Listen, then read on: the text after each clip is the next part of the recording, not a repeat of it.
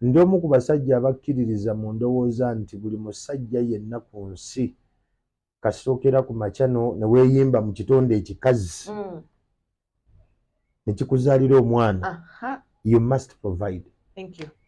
Kale obuzibu obusinze okuva nti tuli mu mulembe ogwa individualism, agenda zino bazipushinga nnyo naye mmwe temulina budde buziraba nti it is only Africa and Asia where we are having solid family units.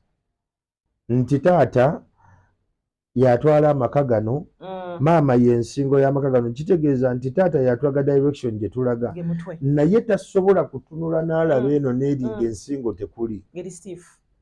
You understand? Asia ne Africa ffe tukyalina ebintu ebyo.